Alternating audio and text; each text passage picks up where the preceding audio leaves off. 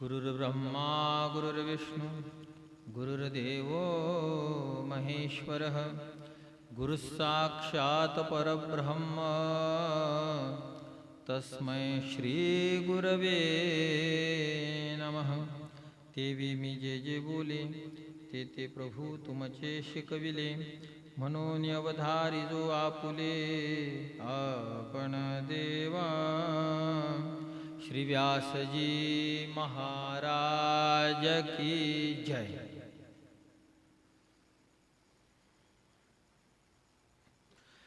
गुरुतेथ ज्ञान, ज्ञानी आत्मदर्शन, दर्शनी समाधान आथी जैसे।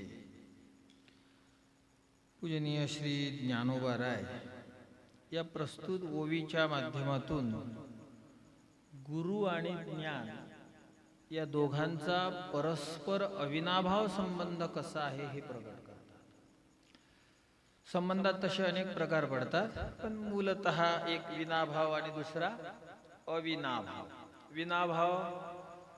विनाभाव म्हणजे एकमेकाला सोडून राहणारा संबंध। विनाभाव एकमेकाला सोडून राहतात। काही पकवाजा आणि काही गायकाचं भांडण असते। मग पाचीचं भजन आहे बुवा, या तो म्हणते तो आहे का वाजवायला, हो तो तर आहेच बुवा, आपण नाही येत म्हणजे म्हणायला। याला म्हणायचं विनाभाव। विना म्हणजे शिवाय, भाव म्हणजे राहण, शिवाय राहण, विनाभाव।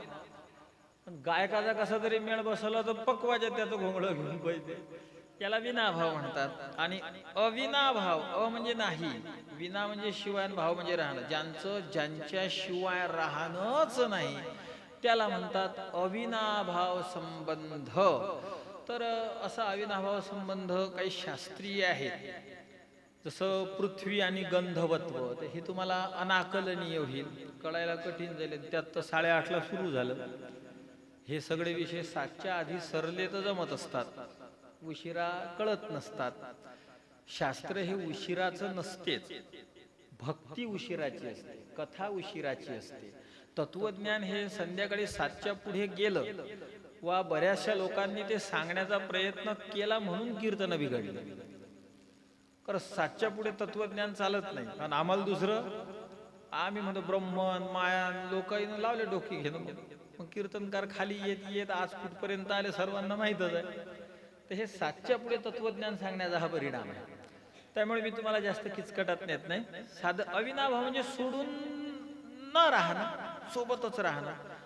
तसं ज्ञान आणि गुरु यांचा परस्पर अविनाभाव संबंध आहे। ज्ञान असेल तर ते गुरुशिवाय राहत नाही, आणि गुरुजी असतील तर ते अज्ञानी नाही, तर त्यांना सोडून ज्ञान राहत नाही। परस्पर अविनाभाव, गुरु तेथ ज्ञान। म्हणजे जिथं गुरुजी आहेत तिथं ज्ञान आहे। म्हणजे हो, जिथं गुरुजी आहेत तिथं काय आहे, ज्ञान आहे। पण त्या ज्ञानाचं काय लोणचं घालायचं आम्हाला ते नाही माहिती। गुरुजी आहेत, गुरुजींजवळ काय आहे, ज्ञान। पण ते ज्ञानाचं काय करायचं? हो म्हणे आपल्या गावात दुकान लागलं। म्हणे कशाचं रे? म्हणे कपड्याचं। अरे चालले, माझ्या साळभाच्या पुरीचं लग्न आहे, ऑयर पाहिजेच होता, मी नांदुऱ्याला जातच होतो। तू म्हणतो गावात दुकान आलं तर मी गावातून आणतो। म्हणजे गावात दुकान लागलं, त्याच्यात काय आहे, कपडे। आपण काय गेलो, साळभाच्या पुरीचं लग्न आहे म्हणून, म्हणजे ते कपडे कामात पडले ना। तसं एक गावात दुकान लागलं, म्हणजे काय ऐकून राहिलं, म्हणजे गोखरं। मग आता काय, ते गोखराईचं काय करा? आम्ही दुकानात जातो, पण मिळणाऱ्या वस्तूचा उपयोग काय तोही आम्हाला कळायला पाहिजे। तसं गुरुरूपी दुकानामध्ये ज्ञानरूपी वाण आम्हाला प्राप्त होणार आहे, पण त्या ज्ञानाचं काय करायचं आम्हाला ते तर कळायला पाहिजे की नाही। तर यावर ज्ञानोबा राय लगेच उत्तर देतात, अरे ज्ञानाचं काय करायचं? ज्ञानी आत्मदर्शन, गुरुतेथ ज्ञान, ज्ञानी आत्मदर्शन। सगळ्यात मोठं दर्शन आहे हे जगातलं। हे दर्शन झालं की दुसरं कोणतं दर्शनच करायचं उरत नाही, असं हे दर्शन आहे। आपण जगामध्ये खूप दर्शनं केलीत, पण सरतं का? पंढरपुरात गेलो आपण, कैकाडी महाराजचं मठाचं दर्शन झाल्यावर सरते का आपलं? नाही, आपला तनपुरेचा राहते। आणि तनपुरेकडून सुरुवात केली तर कैकाडी महाराजचा राहते। म्हणजे दर्शन सरवणारं दर्शन करतो का आपण? हे असं दर्शन आहे आत्मदर्शन, की हे ज्याला दर्शन झालं की मग पुन्हा त्याला दर्शन करणं बाकी उरत नाही।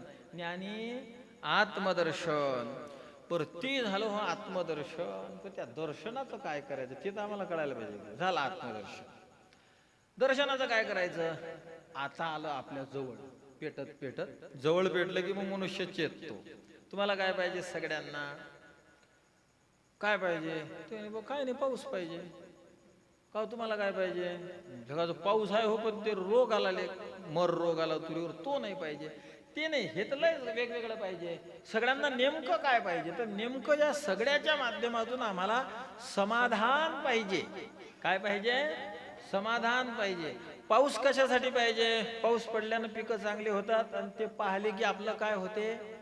समाधान. म्हणजे सगळ्यांना काय पाहिजे? समाधान. पण हे आत्मदर्शन असं आहे, ज्ञानोबाराय म्हणतात दर्शनी समाधान. काय ज्ञानोबारायांची रचना आहे हो. काय आहे म्हणजे आपण असं म्हणणं म्हणजे जणू काही शाबासकी देतो असं त्याचा अर्थ, त्याची गरज नाही. पण मात्र एक कुतूहलाने म्हणा की काय त्यात गांभीर्य आहे, किती अर्थ लपलेले आहेत. पण इथं पाहिजे मग शिकले सवरले, गुरु परंपरेने शिकले असेल काहीतरी मेळ लागते. नाही तर मग नाशकेला शब्दज्ञानी म्हणतात ते हेच. मग इथं काहीतरी डोकं बांद्र नाचवणार आणि होत्याचे नव्हते जित्याची पित्र घालून मोकळे होणार. परमपूजनीय गुरुवर्य वक्ते आबा एक उदाहरण सांगत या खांडवीतलं. ते त्यांच्या काळातले, कदाचित माझा जन्मही नसेल, पण आबा सांगत मग जेव्हा फिरत या भागात, तर खांडीत एका जणाचं प्रवचन होतं. म्हणजे मस्त दणक्यात प्रवचन सुरू. ते प्रवचनकार श्रोत्यांना म्हणतात, काय लोक बदमाशात म्हणे, काही कुणीकडे बघतात म्हणे. बरोबर, काय झालं काय? लोक म्हणतात म्हणे बायानं कीर्तन करू नये, बायानं परमार्थ करू नये, बायानं देवधर्म करू नये. आणि पाच ज्ञानेश्वरी मध्ये काय लिहिलं? तो ज्ञानेश्वरीत कुठं लिहिलं बुवा की बायानं कीर्तन करायला पाहिजे? आता तो विषय नाही आपला, पण एक आवाज यावेळेस सांगत ते सांगतो. तर त्यात त्याला उभी दिसली तरी गौप्यही तया प्रती चाळविजे सुखे. तर गुप्त गोष्ट जरी असली तरी अंतरंग माणसाजवळ आपण ती सांगतो. आपल्या जवळचा माणूस असला तर असा त्याचा गुप्य. गौप्य म्हणजे गुप्त. तर त्या पठ्ठ्यानं अर्थ केला गौप्य म्हणजे गोपी. आणि गोपी बाई होती की माणूस होती? याला म्हणतात नाश केला शब्दज्ञानी. जे केवळ घरी पुस्तकं वाचून शब्दज्ञानी झालेले असतात, गुरुपरंपरेनं अधीत नसतात, तर ते कोण्या शब्दाला काय करतील त्याचा धिंगाणा हे सांगता येत नाही. असो, उवी पाकशी आहे. गुरु तेथ, जिथं गुरु आहेत तिथं काय आहे? ज्ञान. ज्ञानी आत्मदर्शन. तुम्हाला गुरुजवळ जाऊन ज्ञान मिळालं, मग ज्ञानानं काय होणार आहे तुम्हाला? आत्मदर्शन. बरं, त्या आत्मदर्शनाचं तरी काय करायचं? ज्ञानोबा म्हणतात दर्शनी समाधान. आत्मदर्शन ज्याला झालं त्याला जगात काहीच बाकी राहत नाही आणि मग तो समाधानी होऊन जातो. बर, म्हणजे सगळ्यात महत्वाचं आहे या लाईन मध्ये ज्ञान आहे ना. ज्ञानानंच तुम्हाला आत्मदर्शन आणि आत्मदर्शनानेच तुम्हाला समाधान. खरं जर पाहिलं तर ज्ञान म्हणजेच आत्मदर्शन आणि आत्मदर्शन म्हणजेच समाधान. हे काही वेगवेगळे नाहीत. पण जसं लहान मुलगा आहे आणि एवढंसं खाते तो, एवढंच, मग त्याच्या मायला बाप विचारतो का ग यानं खाल्लं का? ती माय सांगते हो, एक घास खाल्ला. आपला एक घास म्हणजे त्याचं अर्ध पोटच भरते. त्याचे जर घासाचा विचार केला तर 10-12 घास झाले. तसं या ओळीमध्ये एकाचेच 3 घास केले ज्ञानोबारायांनी. का? कारण आपल्याला पचत नाही ना, उलटी करतो आपण, आपल्याला ज्ञान पचत नाही. दर्शन तेच आहे, आत्मदर्शन तेच आहे, समाधान तेच आहे, ज्ञान तेच आहे, पण 3 टप्प्यामध्ये वर्णन केलं ज्ञानोबारायांनी. गुरु तेथ ज्ञान, ज्ञानी आत्मदर्शन. तर सगळ्यात महत्वाचं आहे ज्ञान. बरं, मग ज्ञान कशातून मिळते? ज्ञान तर तसं लय कशातून मिळते. आता सगळ्यात मोठा ज्ञानाचा स्रोत जर विवेक असेल तर युट्यूब, गुगल हा सगळ्यात मोठा ज्ञानाचा स्रोत झाला. आता त्यातूनही मिळते. नाही, हे तर झालं हो, हे तर टपरे आहेत. मूळ ज्ञानाचा स्रोत कुठला आहे? हे ज्ञान नेमकं निर्माण कशातून झालं? तर म्हणावंच लागेल की वेदाशिवाय ज्ञान कुठंही नाही. वेदातून हे ज्ञान आलं. अरे बापरे, मग तो वेद शिकवा आम्हाला. आता तुम्ही शिकू शकता, पण हा शिकण्याच्या लायकीचा नव्हता. अनेक अडचणींनी दबलेला होता. सगळ्यात मोठी गोष्ट तर ही होती की वेद असा एक लगट होता, म्हणजे काहीच कळे नाही की कोणतं कुठं वापरू. आता तर एका जणाने वेदाचे मंत्राचे वेगवेगळे आपल्या आरोग्याच्या आणि सकामतेच्या दृष्टीनं, एक ऊर्जेत वादधे असा एक मंत्र आहे. तर त्या मंत्राचं गान करीत करीत, म्हणजे म्हणत म्हणत वेखंडन मध जर मुक्या मुलाला खाऊ घातलं तर महिन्यात बोलका होतो. त्यानं विभागलं. पण पूर्वी असा नव्हता. वेद एक लगट होता. एकत्र अशा प्रकारचा वेद होता. हा वेद लोकांच्या कामात पडाना ना. लहान मुलाला जसं एवढा मोठा घास कामात पडेल काय, त्याला तुकडा तुकडा द्यावा लागेल. तर मग हे तुकडे करणारी कोणती तरी माता पाहिजे होती, कोणीतरी महान व्यक्ती पाहिजे होता की जो या गोष्टींचे काय करेल, तुकडे करेल. तुकडे याला संस्कृत मध्ये म्हणतात व्यास. ज्याला मराठीमध्ये तुम्ही तुकडे म्हणता त्याला संस्कृत मध्ये काय म्हटलं जातं, व्यास. मराठीमध्ये तुम्ही म्हणाल की तो तुकडा मला दे रे, संस्कृत मध्ये म्हणायला लागेल की सब व्यास माम ददात, तो व्यास मला दे. व्यास म्हणजे तुकडा. मग हे तुकडे करणारा कोणीतरी पाहिजे, म्हणून भगवंतांना रचना केली व्यासाची. आताचे जे व्यास आहेत त्यांचं चरित्र वेगळं, पण असे आजपर्यंत या मन्वंतरामध्ये 28 व्यास होऊन गेले. ब्रह्मदेवाचा एक जो दिवस असतो ना, त्या एका दिवसाला कल्प म्हणतात. त्या एका कल्पामध्ये असतात 1000 महायुग. एक महायुग म्हणजे कृतयुग, त्रेतायुग, द्वापारयुग आणि कलियुग मिळून एक महायुग होतं. असे 1000 तो ब्रह्मदेवाचा दिवस. मग या 1000 कल्पामध्ये नीट आहे का, या 1000 कल्पामध्ये जात असतात 14 मन्वंतर. म्हणजे 14 मन्वंतर बरोबर एक कल्प. हे जे 14 मन्वंतर आहेत ना, या 14 मन्वंतरापैकी वर्तमान चालू आहे 7वं मन्वंतर. आणि या मन्वंतरामध्ये असतात काही महायुग. तर 71 महायुगाचं एक मन्वंतर होतं. 14 मन्वंतर ब्रह्मदेवाच्या एका दिवसात बसतात. एक मन्वंतर म्हणजे एका इंद्राचं पूर्ण आयुष्य. किती काळ भास्कर पाटील ते आपण सांगा बरं, किती रे? 30 कोटी 85 लाख 78,428 वर्ष 25 दिवस 17 तास 8 मिनिट आणि 34 सेकंद. हिशोब केला आपण एक दिवस, इतकं बारीक आपण आणलं ते. तर हे आहे एका इंद्राचं लाईफ. एक इंद्र एवढा जगतो 34 सेकंद. म्हणजे 34.2 सप्तमांश नाही, 2 सप्तमांश सेकंद म्हणजे 34 सेकंदच ना. तर असं एवढा जगते इंद्र. आणि याला म्हटलं जातं एक मन्वंतर. आणि हे जे एवढं मी सांगितलं ना तुम्हाला तर आयुष्य, याच्यामध्ये जातात 71 महायुग. किती जातात यामध्ये? 71. आणि त्या 71 पैकी हे चालू आहे 28. गणित लक्षात येते तुमच्या? ब्रह्मदेवाचा एक दिवस कल्प 1000 महायुग. त्या 1000 महायुगामध्ये 14 मन्वंतर. एका मन्वंतरामध्ये 71 महायुग. तर या वैवस्वत मन्वंतर चालू आहे 7वं. तर या मन्वंतरामधलं 28वं महायुग सुरू आहे. तर मग प्रत्येक द्वापार युगाच्या शेवटी व्यासाचा जन्म होतो आणि ते वेदाचे तुकडे करून समाजाच्या समोर मांडतात. द्वापाराच्या शेवटी का? कारण कृतयुगामध्ये 1000 वर्ष आयुष्य असतं. वेद असा पांगताही असला तरी लोकांना अभ्यास करायला वेळ असतो. त्रेतायुगामध्ये बी भरपूर आयुष्य असतं. 1000 का 10,000 वर्ष, लाख 10,000. तर त्याला त्याही वेळेस थोडाफार वेळ असतो. द्वापार युगामध्ये आयुष्य 1000 वर्ष असतं. तेही जरा बरंच आहे पण कमी होतं. मग द्वापार युगाच्या शेवटी व्यास महाराज येतात. कारण आता 100 वर्ष आयुष्य सुरू होणार आहे ना कलियुगामध्ये. मग त्याच्या आधी व्यास येतात आणि या वेदाचे तुकडे करतात. म्हणून त्या पदवीचं नाव आहे व्यास. इंजेक्शन औषधा देते तो डॉक्टर, बरोबर आहे ना. मग त्याचं नाव वेगळं वेगळं असू शकते की नाही? गणपत, संपत, शिरपत, पुंजाजी, मुंजाजी, कल्याण, उकरडा काही असू शकते नाव त्याचं. पण मात्र त्याला काय म्हटलं जातं? डॉक्टर. तसं हे पदवी आहे व्यास. आणि या पदवीवर आजपर्यंत निवडून येऊन गेलेत 28 जण. पुढे कोण निवडून येणार आहे 29वा तोही मी तुम्हाला सांगतो. पण आजपर्यंत या ज्ञानाला विभागण्याचं काम 28 जणांनी केलं. श्री पराशर ऋषी जे शक्तीचे पुत्र आहेत ते मैत्रेय ऋषीला सांगतात, 28 कृत्वो वै वेदो व्यस्तो महर्षिभिः वैवस्वतेंतरे तस्मिन् द्वापारेषु पुनः पुनः. मला याच्यापेक्षा उंच बोललो की डोकं दुखायला सुरू होते. त्यामुळे मी शांत आहे, तुम्हाला कळणं महत्वाचं आहे. तर पराशर ऋषी मैत्रेय ऋषींना ही गोष्ट सांगतात की 28 झाले. गोष्ट अशी आहे, सुरुवातपासून तुम्हाला हे जे व्यास आहेत हे 28वे आहेत. पहिले व्यास होते ब्रह्मदेव. या मन्वंतरातला पहिले व्यास कोण होते? जे आज ब्रह्मदेव आहेत ते त्यावेळेस व्यास होते. दुसऱ्या व्यासाचं नाव होतं प्रजापती, तिसऱ्या व्यासाचं नाव शुक्राचार्य, चौथ्याचं नाव बृहस्पती, पाचवे व्यास होते सूर्य, सहावे व्यास होते मृत्यूदेव. आज जे इंद्र आहेत या इंद्राचं नाव काय आहे? पुरंदर. आज जो इंद्र आहे त्या इंद्राचं नाव काय? पुरंदर. आज जो इंद्र आहे तो सातवा व्यास होता.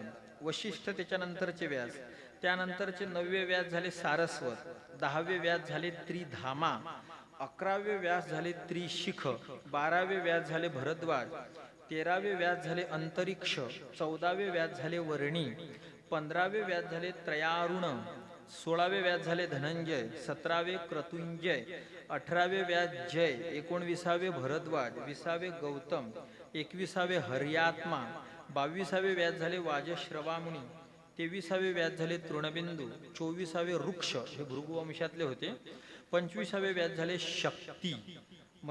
पराशर ऋषींचा श्लोक आहे. पराशर ऋषी म्हणतात मम पिता, कारण पराशरांचे वडील कोण? शक्ती. काय झालं या बारकेला जाऊ दे, जायचं. ज्यावेळेस विश्वामित्राने वशिष्ठांचे 100 पोरं मारली. आता एक मुलगा मेल्यावर किती टेन्शन येते हे संसारिकांना पुत्रप्रीती कळत असते. आता 100 पोरं मारल्यानंतर वशिष्ठांनी आत्महत्येचा विचार केला. वशिष्ठ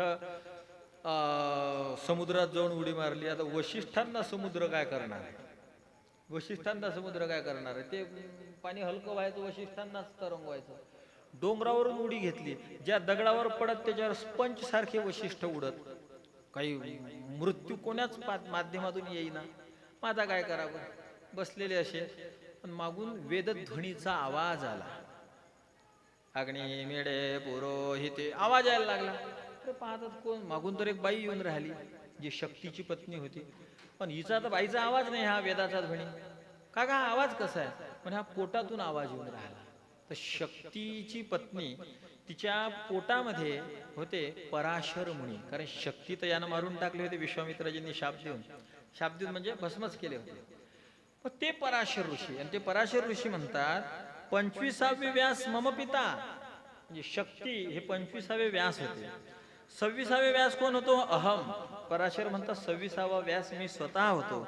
27वे व्यास होते जातुकर्ण नावाचे ऋषी, आणि 28वे व्यास होते कृष्णद्वैपायन, जे वर्तमान कार्यरत आहेत.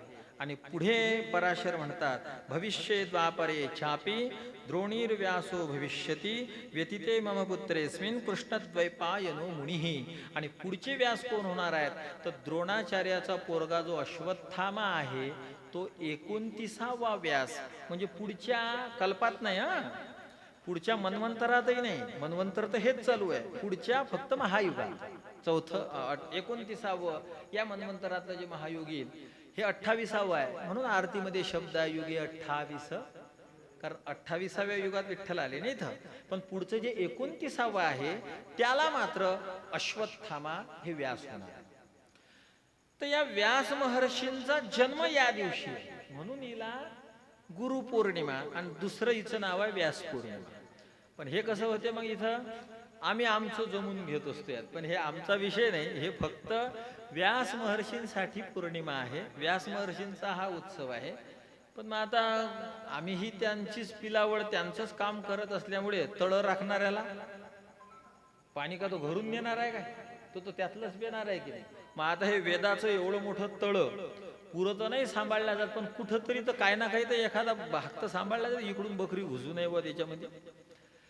बकऱ्या घुसणं या शब्दाचा अर्थ समाज वेदापासून दूर जाणं. आणि आता खरोखर बकऱ्या नाही, कुत्री घुसून राहिले आणि सगळेच घुसून राहिले वेदामध्ये. वेदांतले यदांत म्हणतात लोक, यदांत. बापा ब्रह्म एक महाराज मला म्हणलं, महाराज ते ब्रह्म मायेत घुसते की ते माया ब्रह्मात घुसते? म्हटलं सांगा. म्हणजे टिंगल पर बोलत होते. ते हे कुत्रेही घुसले आता तळ्यातून, मांजराही घुसले असं. पण असो, हे पुढचे द्रोणाचार्य, माफ करा द्रोणी. द्रोणी म्हणजे द्रोणाचा पुत्र. अश्वत्थामा हे पुढचे व्यास अशा प्रकारचे आहेत. आणि या निमित्तानं गुरुपूजन व्हावं, कारण व्यास हे सगळ्यांचे गुरु अशा प्रकारे आहेत. आणि गुरु हे जगातलं असं निरुपम तत्व आहे एकनाथ महाराजांनी भागवतात एवढं बारीक चिंतन केलं या विषयावर. एकनाथ महाराजांनी काय केलं, एक एक उपमा द्यायला पुढे केली. नाथ महाराज म्हणता आपण एक काम करू, आई बापाची उपमा देऊन पाहू. तर गौतम धर्मसूत्रामधला एक श्लोक आहे, शरीरमेव माता पितरौ जनयता आचार्यस्तु सर्वं पुरुषार्थ क्षमम रूपम जनयती. शरीरमेव माता पितरौ जनयता. आपल्या या शरीराला आई वडील जन्म देतात. आई वडिलांनी या शरीराला जन्म दिला. आमचे नाथ महाराज खूप सोप्यात सांगतात, माय बाप जन्म देती, संत चुकवेती जन्मपंक्ती. एक माणूस कचरा करते आणि एक माणूस कचरा झाडते. मग कोणता श्रेष्ठ आहे? किती सोपं गणित आहे. का गरुड भाऊ सांगा बरं. एक माणसानं कचरा केला आणि एकानं कचरा झाडला. मग झाडणारा श्रेष्ठ की कचरा करणारा श्रेष्ठ? झाडणारा. कचरा केला असते तर झाडीन करा. तर सरळ आहे ना, झाडणारा श्रेष्ठ. जन्म मरण हे कचरा आहे. मायबाप जन्म देतात म्हणजे कचरा करतात. संत या कचऱ्याला चुकवतात. संत चुकविती जन्म. हेच गौतम धर्मस्मृतीमध्ये हा श्लोक सापडला. आतापर्यंत फक्त मला अभंग माहित होता नाथबाबांचा, काल्लोक माहित होता. हा श्लोक, या श्लोकाचाच तो अभंग जणू काही काय आहे, अनुवाद आहे. शरीरम एव माता पितरौ जनयता. शरीरम एव, आई वडील फक्त शरीराला जन्म देतात, पण या शरीराला चुकवायचं कसं हे मायबाप सांगतात. मग आता खरंच सांगा, मायबाप श्रेष्ठ आहे की गुरु महाराज श्रेष्ठ आहे? सरळ गणित आहे. हातातल्या कांकणाला आरसा कशाला पाहिजे म्हणतात, तितकं हे स्पष्ट आहे. एकनाथ महाराजांनी तर एवढं बारीक वर्णन केलं. महाराज म्हणतात, अधोद्वारे उपजविती. आई वडील आपल्याला अधोद्वार, खालच्या द्वाराने जन्म देतात. अधोद्वारे उपजविती, ते लौकिकी माता पिता, ते लौकिक माता पिता आहेत. पण अधोद्वारा आतळून येते, पण त्या अधोद्वारातच जाऊ देत नाहीत ते संत आहेत.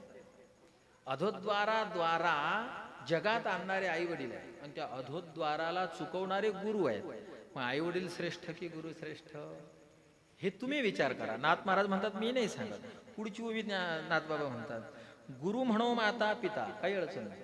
गुरुला काय म्हणा तुम्ही, माता पिता. ते एक जन्मी सर्वथा. पण जे तुमचे आज आई वडील आहेत ते एकाच जन्माचे आहेत की अनेक जन्माचे आहेत? त्या मुजफ्फरनगरला घडलेली गोष्ट, एक 3 वर्षाचं पोरग मेलं. रात्री दीड 2ला. माझा रात्री कसं पुरवतील व सकाळ होऊ दे. मग सकाळ झाली, ते 3 वर्षाचं पोरग असं झोईत घेतलं, हातात घेतलं, लोक निघले. ते स्मशानात टेकवलं, पोरग उठून बसलं. रातभर मरेल. जास्त जुन्या नाही एवढ्यातल्या गोष्टी. पोरग उठून बसलं. एक सणाला हातलाय, दुरा म्हण तिकडे, शिवाजी नाही मला तुला. आता जे शबड पोरग शिव नको देऊ नको गोष्टी लागलं.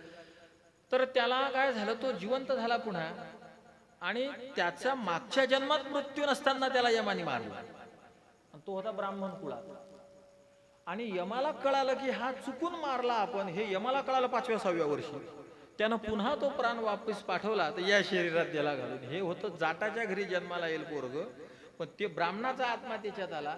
ते कायम जीवनभर ब्राह्मण म्हणूनच जगलं, आणि त्याच्या जुन्या घरी नेलं. 24 वर्षाचा असताना मेला होता मागच्या जन्मात, नेलं तिथं त्या ठिकाणी. मग आता ते आई वडील म्हणत हा आमचा आहे, आणि हे आई वडील म्हणत 3.5 वर्षाच्या देहाचे आमचा आहे. कोर्टापर्यंत केस गेली. ते पोरग कोणाला दिलं शिन बळभाऊ सांगा बरं. कसं काय देते?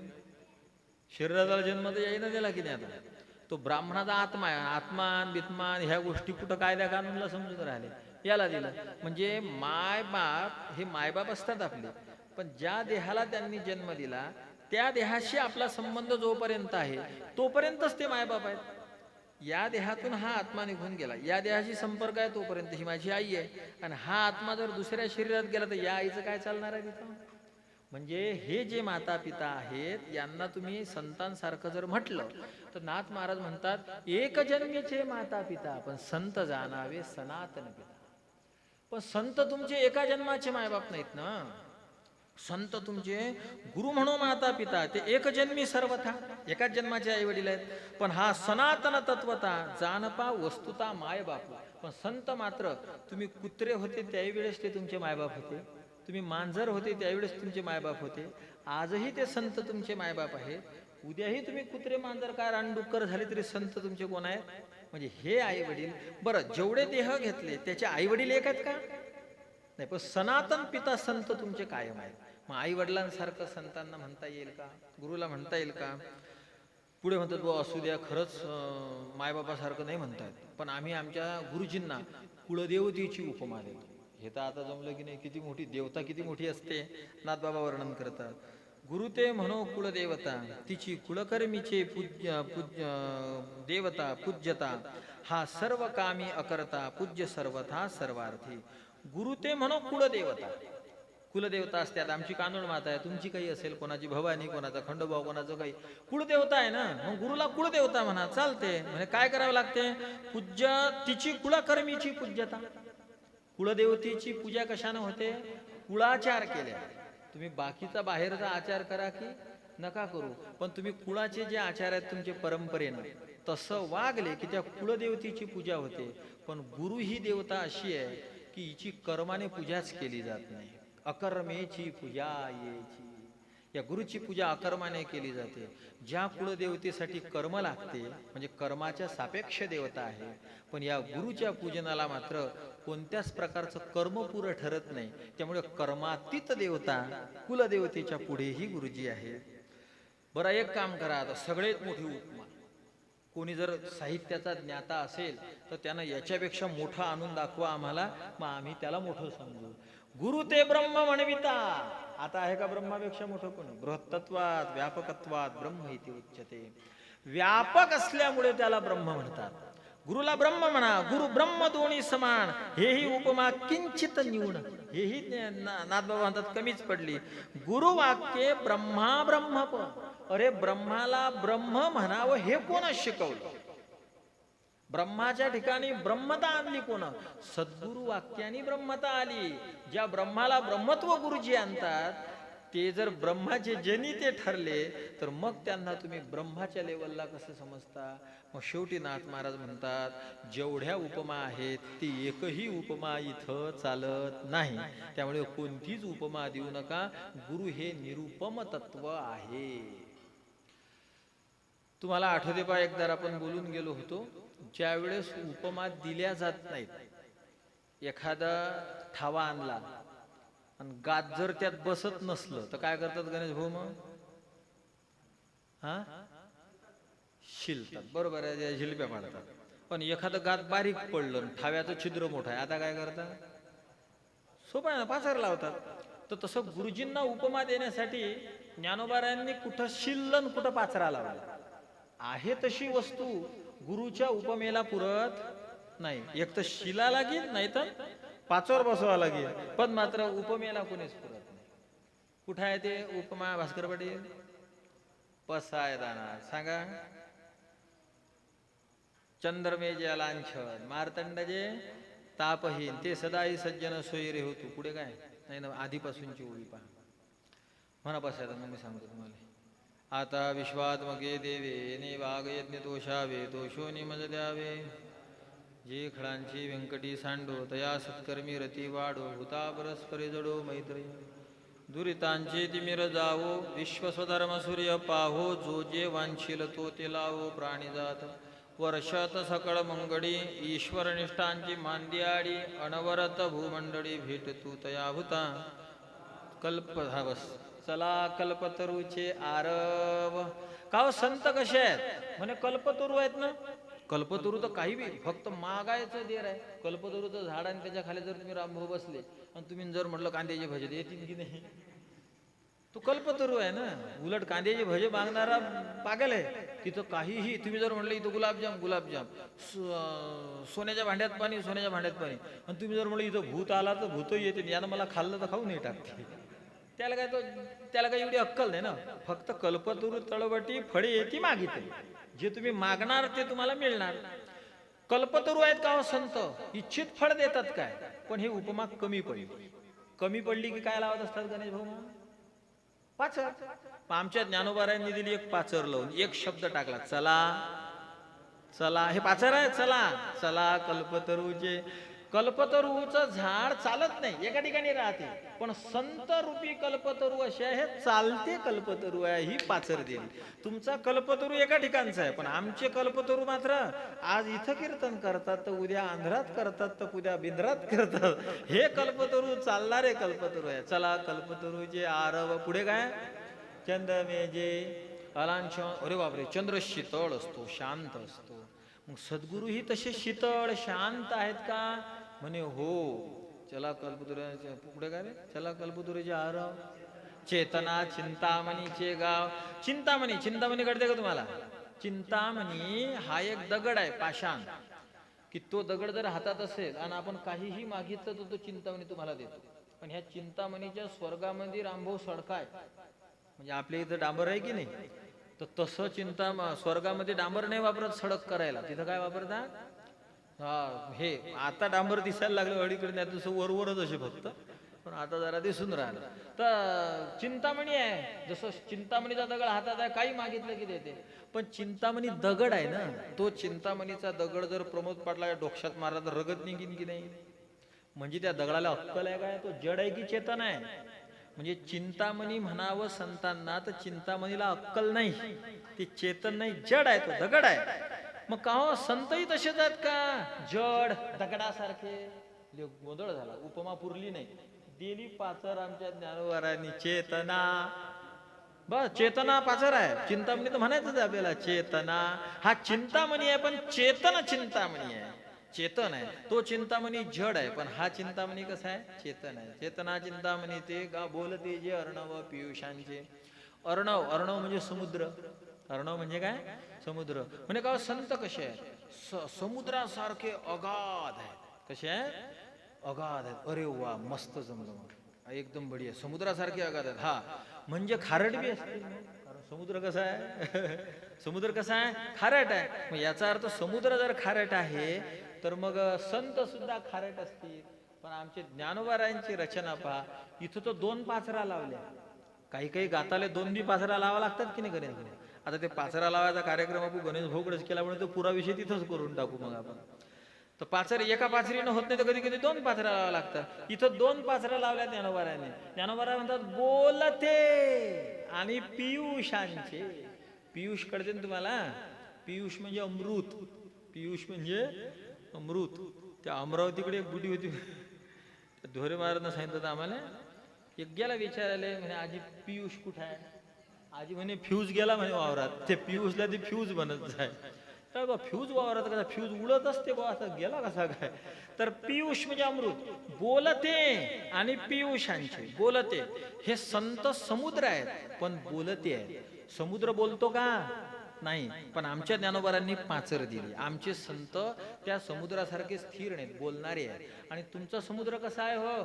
खाऱ्या पाण्याचा आहे, खारट आहे. पण याला अजून एक पाचर, 2 पाचरा, पियुषांचे. हे अमृताचा समुद्र आहे. काही प्रश्न आहे का मग? 2.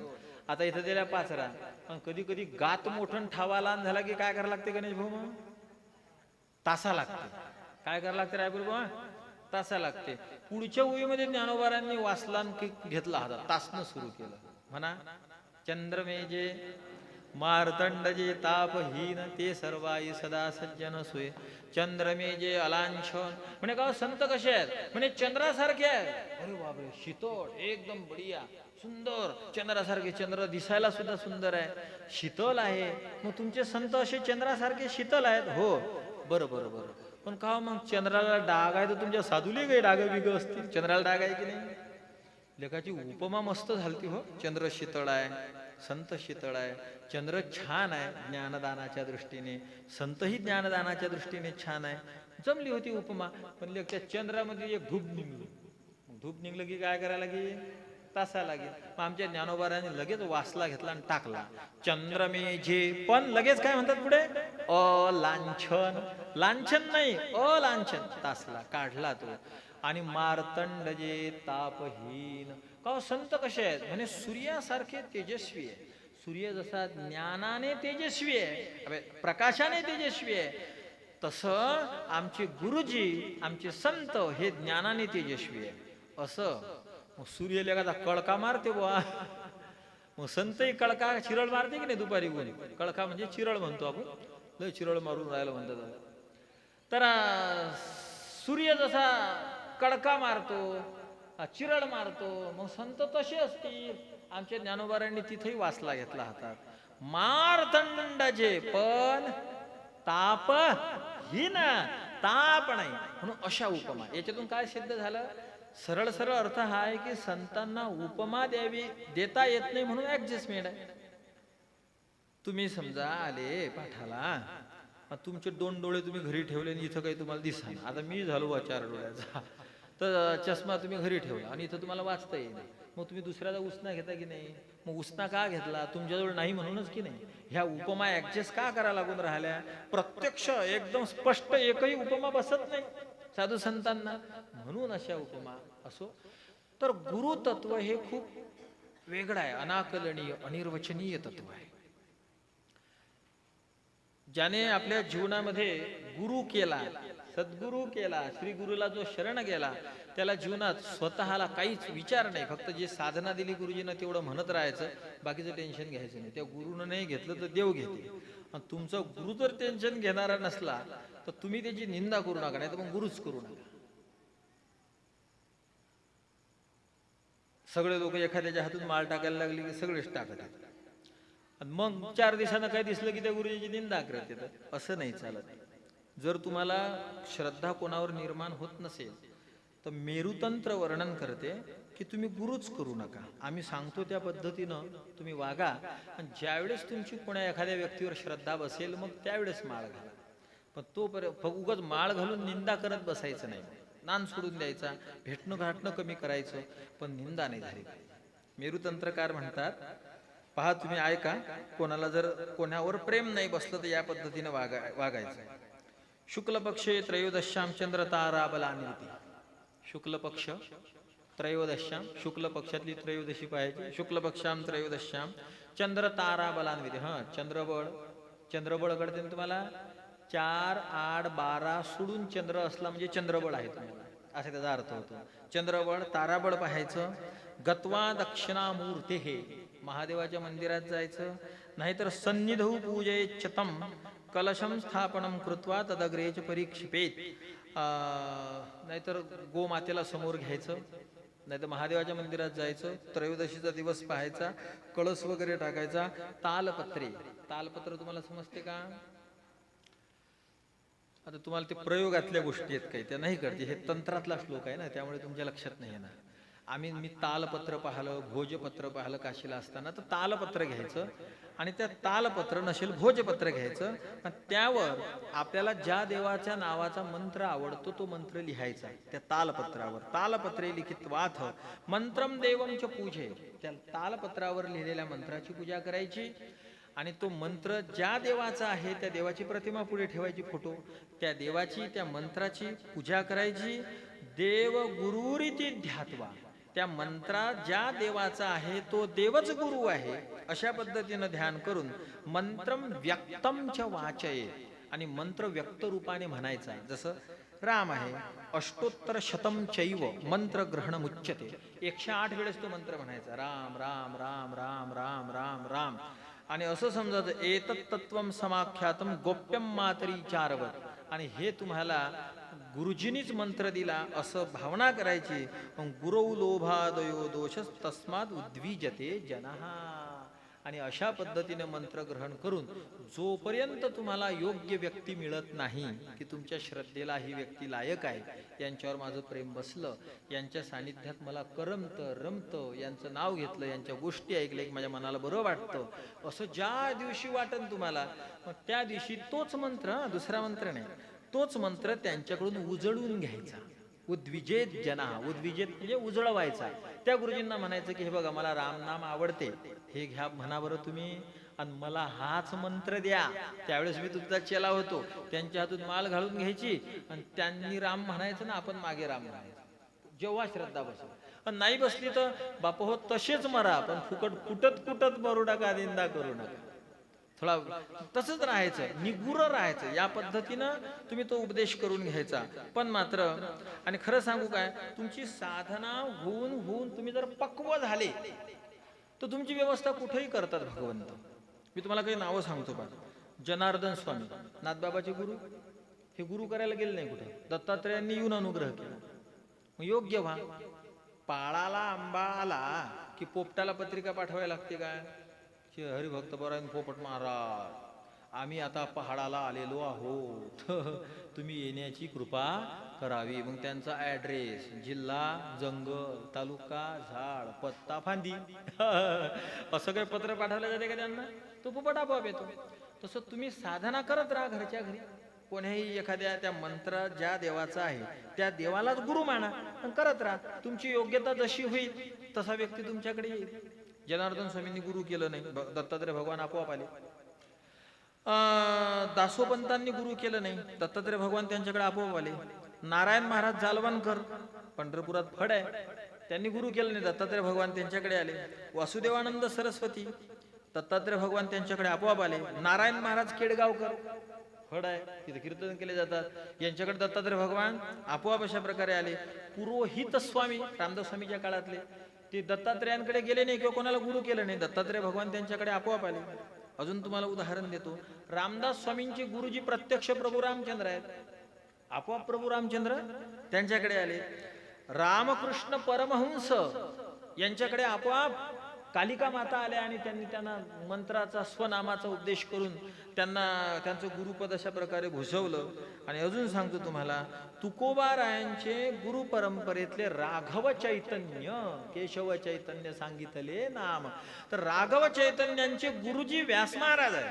मग राघव चैतन्य व्यासांकडे गेले नाही, राघव चैतन्यांनी फक्त आपली तयारी करून घेतली, आपोआप त्यांना व्यास महर्षी येऊन भेटले. मग तुम्ही घरच्या घरी साधना करा, भरपूर नामस्मरण करा, रात दिवस समजू नका देऊ, राम राम राम राम राम राम म्हणत राहा. आज किती झालं प्रमोद पाटील? 15,000 रुपये भाऊ आले ना कुठे? काव किती झालं पाटील? बाकीचे कोणाचं किती झालं आहे का गणित? काय 10,000 आहे ना, ते पण पाहून बी नाही राहिलो लोक आमच्याकडे. गणित नशे पाहिलं राव नाही ना. हा तर करतात पण छान, 10, 15, 20 हजार सगळे तुमचं भार, सगळे 1000 फक्त. बरोबर, ठीक आहे, 1000 तर झाले ना, 1000 आहेत. तर नामस्मरण खूप करा. आता याचा डोंगर पेटला आणि हे चमच्यानं पाणी शिपडतात समजा. माझा तो कधी जायचा, डोंगर जर पेटला तर त्याच्यावर कमीत कमी अर्ध्याची मोटर तरी लागेल की नाही पाणी शिंपडायला. डोंगर पेटल्यानंतर मोटर नाही काम करत, देव पाऊस पाडीन तर डोंगर इजत, तुमच्या यानं नाही तो इजत. तर तसं खूप नामस्मरण करा, खूप करा. खूप केल्यानं काय तुम्ही म्हणाल मग हा का पाऊस पडणार आहे का? शेवटी तर माणसाकडून 1ची मोटर म्हणा, आपल्याला स्वतःला तुम्ही 10ची मोटर म्हणा, पण 10च्या मोटरनं तरी डोंगर इजतो का? नाही ना विजत. खरं सांगू का, आपण देवाला मिळवूच शकत नाही.